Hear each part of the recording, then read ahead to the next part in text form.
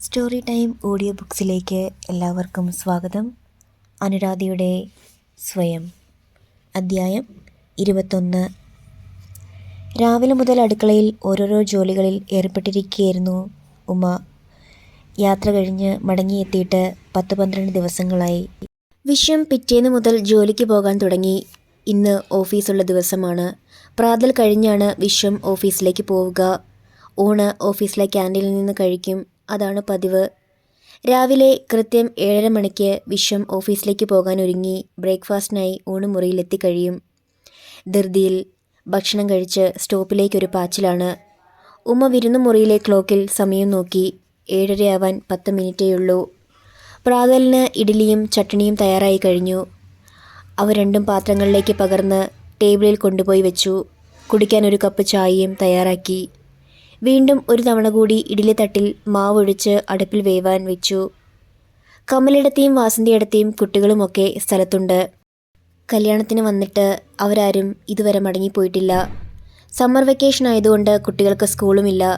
അടുത്ത വർഷം മുതൽ അവരുടെ 2 പേരുടെയും മൂത്ത കുട്ടികളെ ഇവിടെ അടുത്തുള്ള ഇംഗ്ലീഷ് മീഡിയം സ്കൂളിലാണ് ചേർക്കാൻ പോകുന്നതെന്ന് അമ്മ പറയുന്നത് കേട്ടു. വലിയേട്ടൻ്റെ കുട്ടി 5ാം ക്ലാസ്സിലും കൊച്ചേട്ടൻ്റേത് 4ാം ക്ലാസ്സിലുമാണ് പഠിക്കുന്നത്. കുട്ടികളെ ഇവിടെ നിർത്തിയാൽ അവരുടെ കാര്യങ്ങളൊക്കെ നോക്കാൻ ഉമ്മയുണ്ടല്ലോ എന്ന് വിശ്വത്തിൻ്റെ അമ്മ സൂചിപ്പിക്കുന്നത് കേട്ടു. പക്ഷേ താൻ ജോലിക്ക് പോയി കഴിഞ്ഞാലോ? അടുത്ത് തന്നെ ജോലിക്ക് പോയി തുടങ്ങുമെന്ന് ഒരുപക്ഷെ വിശ്വം അമ്മയെ അറിയിച്ചില്ലായിരിക്കുമോ? അക്കാര്യം തൽക്കാലം സൂചിപ്പിക്കേണ്ടതില്ലെന്ന് ഉമ്മയും കരുതി. ആദ്യം അപ്പോയിൻമെൻ്റ് ഓർഡർ കയ്യിൽ കിട്ടട്ടെ, എന്നിട്ടെല്ലാവരോടും പറഞ്ഞാൽ മതിയല്ലോ. തനിക്ക് ജോയിൻ ചെയ്യേണ്ടത് എവിടെയാണെന്നും മറ്റും മധുവിധി യാത്ര കഴിഞ്ഞ് വീട്ടിലെത്തിയാലുടൻ അറിയിക്കാമെന്ന് വിശ്വം ഏറ്റിരുന്നതാണെങ്കിലും വാക്ക് പാലിക്കാതിരുന്നപ്പോൾ വീണ്ടും ഉമ്മ അതേക്കുറിച്ച് ജിജ്ഞാസാപൂർവ്വം ചോദിക്കുകയുണ്ടായി. ജോലി ഏർപ്പാടായിട്ടുണ്ടെന്നും അപ്പോയിൻമെൻ്റ് ഓർഡർ കയ്യിൽ കിട്ടാതെ എന്ത് ചെയ്യാനാണ്? വിശ്വം കൈമലർത്തി. ഉടൻ ജോലിക്ക് പോകാമെന്നും വീട്ടിലേക്ക് തന്നാൽ കഴിയുന്ന സാമ്പത്തിക സഹായം നൽകാമെന്നും ഒക്കെയുള്ള മോഹം അടുത്തെങ്ങ് നടപ്പിലാകാൻ പോകുന്നില്ലെന്ന് അറിഞ്ഞപ്പോൾ വിഷമം തോന്നി. ഇതെന്നോട് പറയാതെ ഇതുവരെ എന്തിനാണ് ഒളിച്ചു വെച്ചത്? ഹണിമൂണിനിടയ്ക്ക് വെറുതെ തൻ്റെ മൂഡ് കളയേണ്ടെന്ന് കരുതി വിശ്വൻ്റെ ന്യായവാദം. കഷ്ടം. എങ്കിലുണ്ടായിരുന്ന ജോലി ഞാൻ കളഞ്ഞു കുളിക്കില്ലായിരുന്നു. ഒരു ജോലി കിട്ടാമെന്ന് വെച്ചാൽ ഇക്കാലത്ത്. താനൊന്ന് സമാധാനിക്ക്. ജോലി ശരിയാക്കി തരുന്ന കാര്യം ഞാൻ ഏറ്റു. വിശ്വത്തിൻ്റെ ആ ഉറപ്പിൽ വിശ്വാസം അർപ്പിച്ച് കാത്തിരിക്കുകയേ വഴിയുണ്ടായിരുന്നുള്ളൂ. സിറ്റിയിൽ ജോലി സാധ്യതകളേറെയാണല്ലോ. എവിടെയെങ്കിലും ഒരു ജോലി കിട്ടാതിരിക്കില്ല എന്ന് ആശ്വസിക്കാൻ ശ്രമിച്ചു. വീട്ടിലെ വിവരങ്ങളൊന്നും അറിഞ്ഞില്ല. 2 കത്തുകൾ അയച്ചിട്ടും മറുപടി കണ്ടില്ല. ഇതുവരെ അങ്ങോട്ടൊന്ന് പോകാനും കഴിഞ്ഞിട്ടില്ല. വിശ്വത്തിൻ്റെ അച്ഛൻ്റെ ഉടമസ്ഥതയിലുള്ള പലവ്യഞ്ജനക്കട ആർക്കോ കൈമാറ്റം ചെയ്ത് അല്പം കൂടി തുക ചെലവാക്കി നഗരത്തിൻ്റെ ഹൃദയഭാഗത്തു തന്നെ കൂടുതൽ വിസ്താരമുള്ള ഒരു കട വാങ്ങുവാൻ പോവുകയാണ്. ഈ ആഴ്ച വസ്തു കൈമാറ്റം നടക്കുമെന്നും വിശ്വത്തിന് അത് സംബന്ധിച്ച് കുറച്ച് ദിവസത്തേക്ക് തിരക്കായിരിക്കുമെന്നും ആ ചുമതലകൾ എല്ലാം അവസാനിപ്പിച്ചതിന് ശേഷമേ വീട്ടിൽ പോകുന്ന കാര്യത്തെക്കുറിച്ച് ആലോചിക്കാൻ തന്നെ പറയൂ എന്നുമാണ് വിശ്വത്തിൻ്റെ നിലപാട്. തുളസിയുടെ ഒരു കത്ത് വിശ്വത്തിൻ്റെ വീട്ടഡ്രസ്സിൽ ഉമ്മയ്ക്ക് കിട്ടി. നവദമ്പതികളുടെ വിവാഹ ജീവിതം സുഖവും സന്തോഷവും നിറഞ്ഞതാകുവാൻ അവൾ എന്നും പ്രാർത്ഥിക്കുന്നുണ്ടെന്ന് പോലും. പുതിയ ജോലിയിൽ പ്രവേശിച്ചു കഴിഞ്ഞോ? ജോലി ഇഷ്ടപ്പെട്ടോ എന്നൊക്കെ കത്തിൽ ചോദിച്ചിരിക്കുന്നു. മറ്റൊരു വാർത്ത. കോളേജിൽ വെച്ച് തുളസിക്ക് നിത്യഭീഷണിയായിരുന്ന ടെക്സ്റ്റൈൽ ഉടമയുടെ മകൻ വെങ്കടേഷിൻ്റെ വിവാഹത്തെക്കുറിച്ചായിരുന്നു. നാളെ വിവാഹിതരാകുന്നു എന്ന കോളത്തിൽ വർത്തമാന പത്രത്തിൽ വെങ്കടേഷിൻ്റെയും ഒരു പെൺകുട്ടിയുടെയും ഫോട്ടോയോട് കൂടിയ ഒരു പരസ്യം ഉണ്ടായിരുന്നുവത്രേ. ആ പെൺകുട്ടിയുടെ സ്വാധീനം കൊണ്ടെങ്കിലും അയാൾ ഒരു നല്ല മനുഷ്യനായെങ്കിൽ എന്നവൾ പ്രത്യാശ പ്രകടിപ്പിച്ചിരിക്കുന്നു. അടുക്കളയിലെ ജോലിയൊക്കെ ഒതുങ്ങിയിട്ട് വേണം തുളസിക്ക് ഒരു മറുപടി എഴുതാൻ. വിശ്വത്തിൻ്റെ അമ്മ കുളി കഴിഞ്ഞ് അടുക്കളയിലേക്ക് വന്നപ്പോൾ ഉമ്മ അവർക്ക് കാപ്പി കൊടുത്തു. പച്ചക്കറി ഒരുക്കാൻ തുടങ്ങിയപ്പോഴേക്കും വിശ്വം ബ്രേക്ക്ഫാസ്റ്റ് കഴിക്കാനെത്തി. ധൃതിയിലാണ്. 7:30 ആകാൻ 3-4 മിനിറ്റുകൾ മാത്രം. തനിക്കും തിടുക്കം ഒട്ടും കുറവല്ല. അടുക്കളയിൽ ഇനിയും ധാരാളം ജോലികൾ ചെയ്തു തീർക്കാനുണ്ട്. വിശ്വത്തിനെ യാത്രയാക്കി കഴിഞ്ഞ ഉടനെ വീണ്ടും അടുക്കളയിലേക്ക് തന്നെ കടന്നു. കാപ്പി കുടിച്ചുകൊണ്ട് അമ്മ ഊണിനുള്ള വട്ടങ്ങളെക്കുറിച്ച് നിർദ്ദേശങ്ങൾ തരുന്നുണ്ടായിരുന്നു. കമലയും വാസന്തിയും എഴുന്നേറ്റില്ലേ? അമ്മ ചോദിച്ചു. കണ്ടില്ല ഇതുവരെ. എണീറ്റിട്ടുണ്ടാവില്ല. അവർക്ക് അങ്ങനെയൊക്കെയല്ലേ ശീലം. എല്ലാറ്റിനും പിറകെ നടന്ന് പാകം നോക്കാൻ പണിക്കാരത്തികളെ അവരുടെ വീട്ടിൽ നിന്ന് അയച്ചു കൊടുത്തിരിക്കുകയല്ലേ. അമ്മ ഉറക്കെ ആത്മഗതം ചെയ്തുകൊണ്ട് വരാന്തയിലേക്ക് നടന്നു. ഏട്ടത്തിമാരെക്കുറിച്ച് അമ്മയുടെ സ്ഥിരം പല്ലവി ഇതൊക്കെ തന്നെ. വലിയ വീട്ടിലെ കുട്ടികൾ, നിലത്തും തലയിലും വയ്ക്കാതെ വളർത്തിയവരവരെ.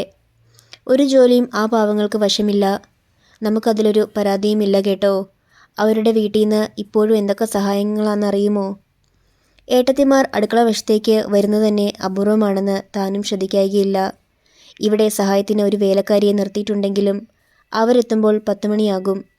മുറ്റവും അകവും തൂത്തുവാരി പാത്രങ്ങൾ കഴുകി കുറേ തുണിയും അലക്കിയിട്ട് അവർ ഉച്ചയാകുമ്പോൾ സ്ഥലം വിടും. ബാക്കിയുള്ള ജോലികളൊക്കെ തൻ്റെ ചുമലിൽ തന്നെ. വിശ്വത്തിൻ്റെ അമ്മ ആദ്യം തന്നെ താക്കീത് തന്നിരുന്നു. കമലയും വാസന്തിയും പോകുന്നതുവരെ വിശ്വത്തിൻ്റെയും ഉമ്മയുടെയും തുണികളൊക്കെ ഉമ്മ അലക്കൂ. കൂടുതൽ അലക്കാനിട്ടാൽ ആ കുഞ്ഞിപ്പെണ്ണിൻ്റെ മുഖം കറുക്കും. കമലാടത്തെയും വാസന്തിയടത്തെയും മുഷിഞ്ഞ തുണികളുടെ ഭാരവും താങ്ങി പുറത്തെ കുളിമുറിയിലേക്ക് പോകുന്നത് കണ്ടാൽ അമ്മയുടെ സ്നേഹം നിറഞ്ഞ ശാസന കേൾക്കാം. അകത്തെ ബാത്റൂമിൽ ഇട്ടാൽ മതിയായിരുന്നല്ലോ കുട്ടി, ഞാൻ ആ കുഞ്ഞിപ്പെണ്ണിനെ കൊണ്ട് എടുപ്പിക്കുമായിരുന്നല്ലോ. അമ്മയുടെ പെരുമാറ്റത്തിലുള്ള ഈ വിവേചനം പല സന്ദർഭങ്ങളിലും ശ്രദ്ധിക്കാൻ കഴിഞ്ഞു. തന്നോട് എന്ത് ജോലികൾ നിർദ്ദേശിക്കാനും അമ്മയ്ക്ക് യാതൊരു മടിയുമില്ല. ഉമ്മയ്ക്ക് അതൊക്കെ നല്ല വശ. ആ കുട്ടി ഇതൊക്കെ ചെറുപ്പം മുതലേ ശീലിച്ചതല്ലേ. ചിലപ്പോൾ മേമ്പൊടിയായി അമ്മയുടെ വക ഒരു പഴമൊഴിയും. ശരീരത്തിന് അല്പം ആയാസമൊക്കെ നല്ലതാ. ജോലി എത്ര ചെയ്യാനും മടി തോന്നിയില്ല. വിശ്വത്തിൻ്റെ അമ്മ പറയുന്നത് പോലെ കുഞ്ഞുനാൾ മുതൽ ഇതൊക്കെ ശീലമാണല്ലോ. എങ്കിലും അമ്മയുടെ പക്ഷപാതപരമായ വാക്കുകളും പ്രവൃത്തികളും ഉമ്മയുടെ മനസ്സിനെ വല്ലാതെ നോവിച്ചു. മറ്റ് 2 പുത്രവധുക്കളെപ്പോലെ ഉയർന്ന സാമ്പത്തിക സ്ഥിതിയുള്ള വീട്ടിൽ നിന്നുള്ളവളല്ല താൻ എന്ന ധ്വനി അവരുടെ ഓരോ വാക്കിലും മുഴങ്ങുന്നതുപോലെ. ഏട്ടത്തിമാരുടെ വീട്ടിലെ സമ്പൽ സമൃദ്ധിയെക്കുറിച്ച് ആവശ്യത്തിനും അനാവശ്യത്തിനും പാടി പുകഴ്ത്തുന്നത് കേൾക്കാം. വീട്ടിൽ നിന്ന് പുറപ്പെടുന്നതിന് മുമ്പ് അമ്മ തന്ന ഉപദേശം ഇപ്പോഴും കാതിൽ മുഴങ്ങുന്നുണ്ട്. കല്യാണമൊക്കെ കഴിഞ്ഞാൽ സ്ത്രീകൾക്ക് പ്രധാനമായി വേണ്ടത് ക്ഷമയാണ്. ഒക്കെ സഹിക്കണം, ക്ഷമിക്കണം. പിന്നെ ചിലതൊക്കെ കണ്ടില്ല കേട്ടില്ല എന്നൊക്കെ വെക്കേണ്ടി വരും. അമ്മ പറഞ്ഞതുപോലെ പലതും കണ്ടില്ലെന്നും കേട്ടില്ലെന്നും ഭാവിക്കാൻ താൻ എത്രയോ വേഗം ശീലിച്ചു പോയി എന്നോർക്കുകയായിരുന്നു ഉമ്മ. എല്ലാം വിശ്വത്തിന് വേണ്ടി മാത്രം. എങ്കിലും രാവിലെ മുതൽ രാത്രി വരെ നീളുന്ന വീട്ടുജോലികൾ മടുപ്പുണ്ടാക്കുക തന്നെ ചെയ്തു. എവിടെയെങ്കിലും ഒരു ജോലി കിട്ടിയിരുന്നെങ്കിൽ സാമ്പത്തിക നേട്ടം മാത്രമല്ല, ഒരു മുഷിപ്പൻ ദിനചര്യയിൽ നിന്നും മോചനമാകുമല്ലോ എന്നും വിചാരിക്കാൻ തുടങ്ങിയിരിക്കുന്നു ഇപ്പോൾ. ഓരോ ദിവസവും വിശ്വം ഓഫീസിൽ നിന്ന് തിരിച്ചെത്തുമ്പോൾ ജോലിക്കാരത്തെക്കുറിച്ചുള്ള സന്തോഷ വാർത്തയുമാണ് എത്തുക എന്ന പ്രതീക്ഷയിലായിരുന്നു ഇതുവരെ. ക്രമേണ ആ മോഹവും വേരറ്റു. രാത്രി എല്ലാവർക്കും അത്താഴവും വിളമ്പിക്കഴിഞ്ഞ് അടുക്കള ജോലികളൊക്കെ ചെയ്തു തീർത്ത ശേഷം ഉമ്മ കിടപ്പുമുറിയിലെത്തിയപ്പോൾ വിശ്വം കിടക്കയിൽ കിടന്ന് പുസ്തക വായനയിലായിരുന്നു. കട്ടിലിൽ വിശ്വത്തിനോട് ചേർന്നിരുന്നുകൊണ്ട് അനുനയ സ്വരത്തിൽ ഉമ്മ ചോദിച്ചു, എൻ്റെ ജോലിക്കാര്യം എന്തായി? തനിക്ക് ഈ വിഷയം മാത്രമേ ഉള്ളൂ സംസാരിക്കാൻ? വായിച്ചുകൊണ്ടിരുന്ന പുസ്തകം ഊക്കോടെ കിടക്കയിലേക്ക് എറിഞ്ഞുകൊണ്ടായിരുന്നു വിശ്വത്തിൻ്റെ ഗർജനം. രാവിലെ മുതലുള്ള അധ്വാനവും മനസ്സംഘർഷവും കൊണ്ട് തളർന്ന ഉമ്മയ്ക്ക് മനസ്സിൻ്റെ സംയമനശേഷി തികച്ചും നഷ്ടമായി. പെട്ടെന്നാണ് മനോനിയന്ത്രണത്തിൻ്റെ കടിഞ്ഞാൻ വഴുതിപ്പോയത്. ഇല്ലാത്ത ജോലിക്കാര്യം പറഞ്ഞ് എന്നെ വെറുതെ വ്യാമോഹിപ്പിക്കേണ്ടിയിരുന്നില്ല. ഇനി ഞാനൊന്നും ചോദിക്കില്ല, നേരിട്ട് ജോലിക്ക് ശ്രമിക്കാൻ പോവുകയാണ്. ഉമ്മ പൊട്ടിത്തെറിച്ചു. എൻ്റെ അനുവാദമില്ലാതെയോ? അതൊന്ന് കാണണമല്ലോ. വിശ്വത്തിൻ്റെ വാക്കുകൾ നടുക്കമുണ്ടാക്കി. ഇതായിരുന്നോ വിശ്വത്തിൻ്റെ മനസ്സിൽ? തന്നെ ചതിക്കുകയായിരുന്നു. ജോലിക്ക് ശ്രമിക്കുന്നു എന്നൊക്കെ വെറുതെ നുണ പറഞ്ഞതായിരുന്നു. ഞാനും കൂടി എന്തെങ്കിലും ഒരു ജോലിക്ക് പോയാൽ നമുക്ക് തന്നെയല്ലേ അതിൻ്റെ മെച്ചം? ഏട്ടന്മാരുടെ കുട്ടികൾ ഇനി ഇവിടെ നിന്നാ പഠിക്കാൻ പോകുന്നത്. ഉമ്മ ഇവിടെ നിന്ന് ഈ വീട്ടിലെ കാര്യങ്ങൾ നോക്കിയാൽ മതി. അയ്യോ വിശ്വ, എനിക്ക് കൂടുതൽ സംസാരിക്കണ്ട. എന്നെ അനുസരിക്കുന്ന ഒരു ഭാര്യയാണ് എനിക്ക് ആവശ്യം. കോപം കൊണ്ട് ചുവന്നു കലങ്ങിയ കണ്ണുകളാൽ ഒന്നൊഴിഞ്ഞു നോക്കിയിട്ട് വിശ്വം ലൈറ്റ് അണച്ചു കിടന്നു കഴിഞ്ഞു. ചിന്താശക്തി പോലും മരവിച്ച് ഒരു പ്രതിമ കണക്കെയിരുന്നു ഉമ്മ. ചുറ്റിലും ചുഴന്നു തിന്നുന്ന ഇരുട്ട് മനസ്സിലേക്കും വ്യാപിക്കാൻ തുടങ്ങിയിരുന്നു. അദ്ധ്യായം 22. രാവിലെ ധൃതിയിലൊരു കുളിയും കഴിഞ്ഞ് പതിവ് പോലെ അടുക്കളയിൽ കടന്നെങ്കിലും ഒരു ജോലിയിലും ശ്രദ്ധ പതിപ്പിക്കാൻ ഉമ്മയ്ക്ക് കഴിഞ്ഞില്ല. ആകെ ഒരു ഉന്മേഷക്കുറവ്, തല വിങ്ങുന്നത് പോലെ. തലേന്ന് രാത്രി ശരിക്കുറങ്ങാൻ കഴിഞ്ഞതേയില്ല. വിഷാദ ചിന്തകളുടെ നൂൽപാലത്തിലൂടെയുള്ള നിരന്തര യാത്രയിലായിരുന്നു മനസ്സ്. പിന്നീട് എപ്പോഴോ മയക്കത്തിൽ ആണ്ടുപോയെങ്കിലും എത്രയൊക്കെയോ ദുസ്വപ്നങ്ങൾ കണ്ട് ഞെട്ടിയുണർന്നു. അവയിൽ ഒന്നു മാത്രം ഓർമ്മയിൽ നിന്നും മാഞ്ഞിട്ടില്ല. ഭീകരമായ ആ സ്വപ്നം. ഇരുട്ട് പൊതിഞ്ഞു കിടക്കുന്ന വനാന്തരങ്ങളിലൂടെ അതിവേഗം മുന്നോട്ടോടുന്ന ഭയാക്രാന്തമായ സ്ത്രീ. പ്രാകൃതമായ വേഷമാണ് അവൾ ധരിച്ചിരിക്കുന്നത്. ചിറകിൽ ചങ്ങലകളുടെ കിലുക്കം. ആരൊക്കെയോ ഓടിയെടുക്കുന്നു. അവരത് അവളെ ബന്ധനസ്ഥയാക്കി കഴിഞ്ഞു. അതാ അവളുടെ കാതടപ്പിക്കുന്ന നിലവിളി, മോചനത്തിനായി കേഴുന്ന നിലവിളി, മോചനത്തിനായി കേഴുന്ന നിസ്സഹായിയായ സ്ത്രീയുടെ ദീനരോദനം. വേട്ടയാടപ്പെട്ട ആ സ്ത്രീ, അവൾ ആരാണ്? ഓ, അത് താൻ തന്നെയാണല്ലോ. നിസ്സംഗതയോടെ വെറും കാണികളായി ചുറ്റും നിൽക്കുന്നവരുടെ മുഖങ്ങൾ ഇപ്പോഴും വ്യക്തമാണ്. അച്ഛൻ, അമ്മ, കൃഷ്ണേട്ടൻ, വിശ്വം. കിതച്ചുകൊണ്ട് ഉണർന്നുപോയി. പിന്നീട് ഉറങ്ങാനും കഴിഞ്ഞില്ല. മധുവിധി യാത്ര കഴിഞ്ഞ് ഇവിടെ മടങ്ങിയെത്തിയതിനു ശേഷം വിശ്വത്തിൻ്റെ പെരുമാറ്റത്തിൽ പഴയ സ്നിഗ്ധത നഷ്ടമായിരിക്കുന്നു. ഇന്ന് തുടക്കം മുതലേ ശ്രദ്ധിക്കാൻ കഴിഞ്ഞു. എന്നാൽ വിശ്വത്തിൻ്റെ ഉള്ളിൻ്റെ ഒരു സ്വച്ഛാധികാരിയുടെ സങ്കുചിത മനസ്ഥിതിയാണ് കുടികൊള്ളുന്നതെന്ന് തീർത്തും വ്യക്തമായത് ഇന്നലെയാണ്. സംഘർഷങ്ങളൊന്നുമില്ലാത്ത മാതൃകാപരമായ ദാമ്പത്യ ജീവിതമായിരിക്കും തങ്ങളുടേതെന്ന പ്രതീക്ഷ വ്യാമോഹമായിരുന്നെന്ന് ഇപ്പോൾ തോന്നുന്നു. വിശ്വത്തിൻ്റെ മനോഭാവത്തിൽ കുറേ മാറ്റങ്ങൾ വന്നേ തീരൂ. തൻ്റെ ഇഷ്ടാനിഷ്ടങ്ങളും കുറേയൊക്കെ അനുവദിച്ച് തന്നെങ്കിലേ വിവാഹ ജീവിതത്തിൽ സന്തോഷവും സമാധാനവും നിലനിൽക്കുകയുള്ളൂ. കുറേ കഴിഞ്ഞപ്പോൾ വിശ്വത്തിനോടുള്ള നീരസം ആറി തണുക്കാൻ തുടങ്ങി. ചില്ലറ സൗന്ദര്യ പിണക്കങ്ങളും വാഗ്വാദങ്ങളും ജീവിത പങ്കാളികൾക്കിടയിലുണ്ടായെന്ന് വരാം. അന്യോന്യം ആത്മാർത്ഥമായി സ്നേഹിക്കുന്നുണ്ടെങ്കിൽ അഭിപ്രായ വ്യത്യാസങ്ങളൊക്കെ സംസാരിച്ച് തീർക്കാവുന്നതേയുള്ളൂ. ഒരുപക്ഷെ ഇന്നലെ വിശ്വത്തിന് ഓഫീസിൽ കൂടുതൽ ജോലി തിരക്കുള്ള ദിവസമായിരിക്കണം. അതാകാം വിശ്വം പെട്ടെന്ന് അങ്ങനെ പൊട്ടിത്തെറിച്ചത്. സാവകാശത്തിൽ വിശ്വത്തിനോട് പ്രശ്നങ്ങൾ സംസാരിച്ച് ഒരു പരസ്പര ധാരണയിലെത്തണം. തൻ്റെ പക്കൽ നിന്നുള്ള സാമ്പത്തിക സഹായം നിലച്ചതുകൊണ്ട് വീട്ടിലിപ്പോൾ പണത്തിന് വല്ലാത്ത ഞെരുക്കമായിരിക്കും. അതോർക്കുമ്പോൾ ഒരു സമാധാനവുമില്ല. പുട്ടുകുടത്തിലെ വെള്ളം തിളച്ച് വറ്റാറായല്ലോ ഉമ്മേ. അമ്മയുടെ നീരസം തുളുമ്പുന്ന സ്വരം സ്ഥലകാലബോധമുണ്ടാക്കി. അരിപ്പൊടിയും നാളികേരവും തിരുമി യോജിപ്പിക്കുന്നതിനിടയിൽ മനസ്സ് മറ്റെങ്ങോ ആയിരുന്നുവെന്ന് ബോധമുദിച്ചത് അപ്പോഴാണ്. ഇന്നിങ്ങനെ നിന്നാൽ സമയത്തിന് ഭക്ഷണമൊന്നും തയ്യാറാകാനും പോകുന്നില്ല. രാവിലെ മുതൽ വിരുന്നുകാരുള്ള ദിവസമാണ്.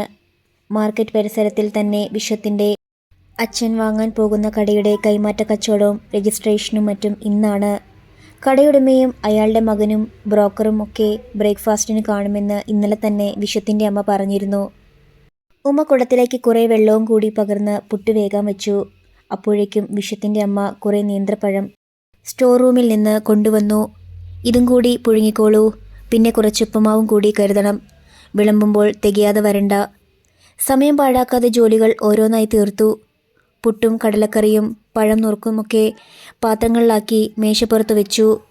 അതിനിടയിൽ ഏട്ടത്തിമാർ രണ്ടുപേരും അടുക്കളയിൽ നിന്ന് ബെഡ് കോഫിയുമായി ബെഡ്റൂമിലേക്ക് തന്നെ മടങ്ങി. ഇനി കുളികൂടി കഴിഞ്ഞ് അവർ ഈ ഭാഗത്ത് പ്രത്യക്ഷപ്പെടുകയുള്ളൂ. ഉമ്മറത്തു നിന്ന് ഉറക്കെയുള്ള സംസാരം കേട്ടപ്പോൾ മനസ്സിലായി പ്രതീക്ഷിച്ചിരുന്ന വിരുന്നുകാരെത്തിയെന്ന്. വിശ്വവും അതിഥികളെ സ്വാഗതം ചെയ്യാൻ വരാന്തയിൽ തന്നെ ഉണ്ടായിരുന്നു.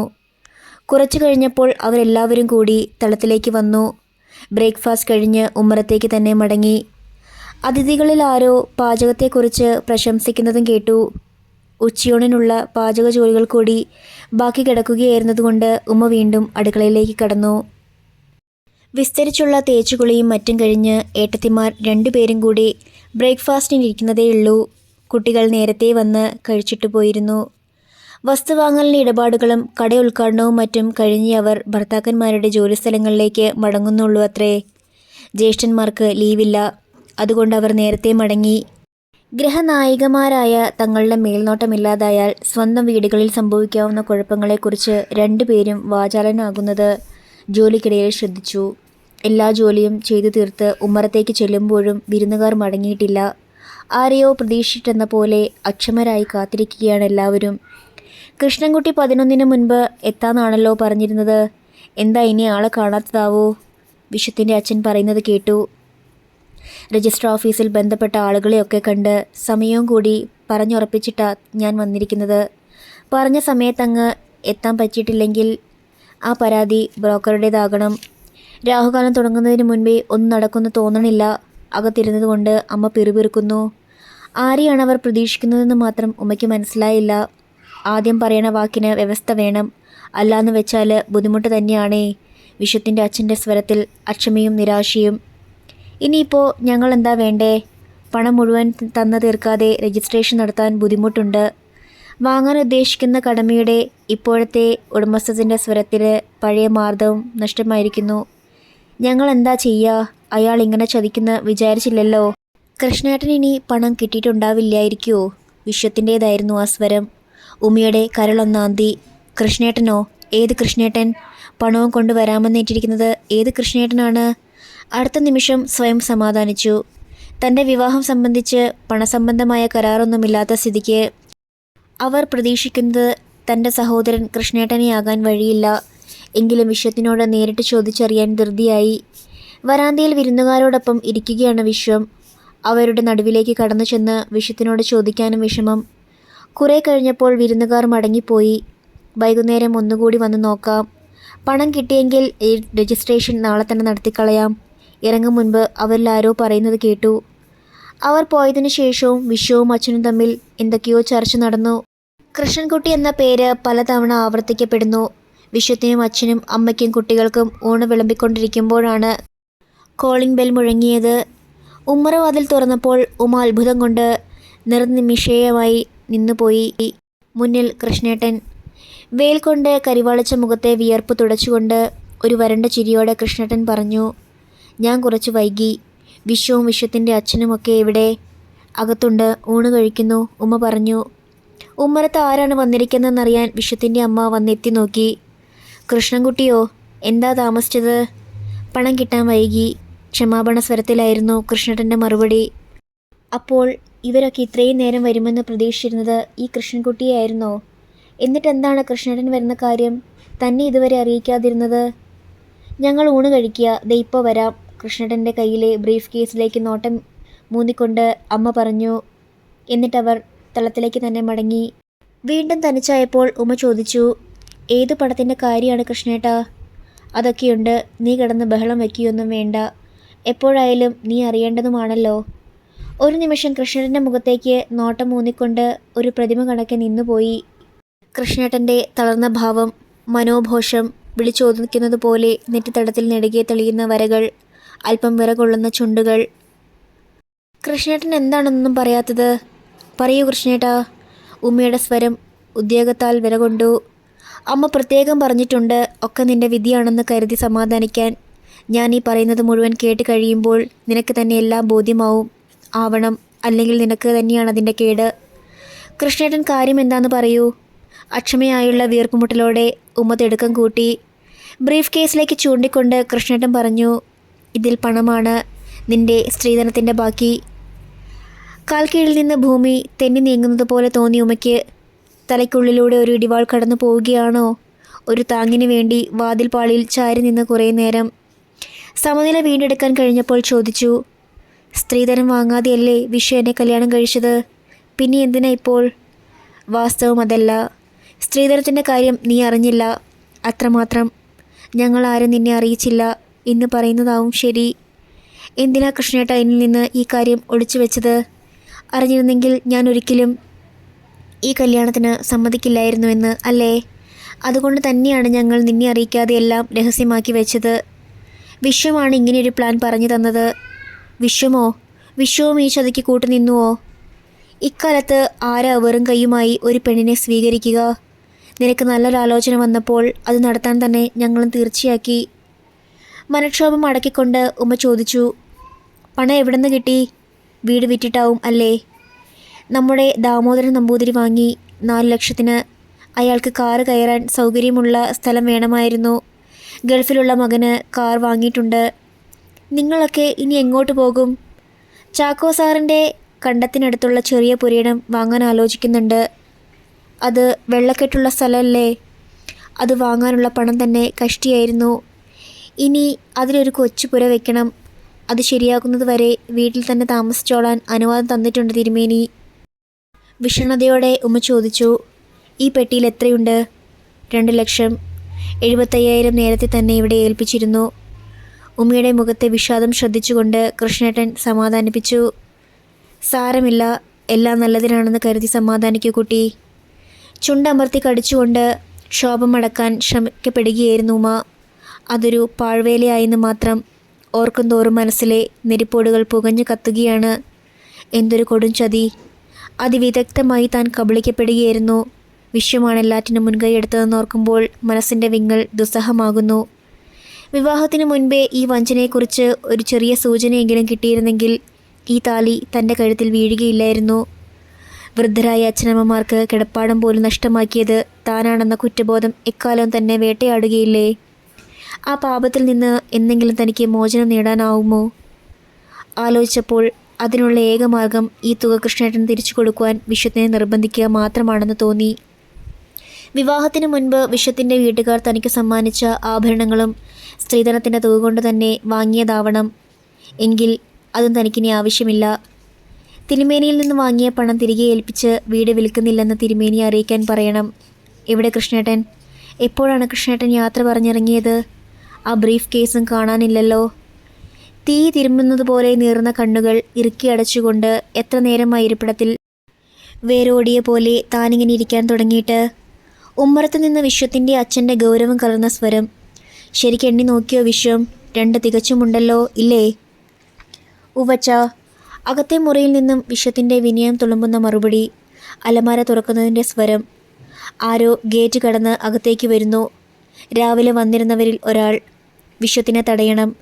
തൻ്റെ അച്ഛനമ്മമാർക്ക് വേണ്ടി വിശ്വത്തിനോട് കേണപേക്ഷിക്കണം. തന്നോട് അല്പമെങ്കിലും സ്നേഹം ആ മനസ്സിലുണ്ടെങ്കിൽ വിശ്വം തൻ്റെ അപേക്ഷ ചെവികൊള്ളാതിരിക്കില്ല. തൻ്റെ വിവാഹബന്ധത്തിന് എത്രത്തോളം പരിശുദ്ധി അവകാശപ്പെടാമെന്ന് ഇപ്പോഴറിയാം. അഗ്നിപരീക്ഷണത്തിന് തയ്യാറായിട്ടെന്ന പോലെ ഉമ അകത്തെ മുറിയിലേക്ക് നടന്നു. അടുത്ത അധ്യായം നാളെ.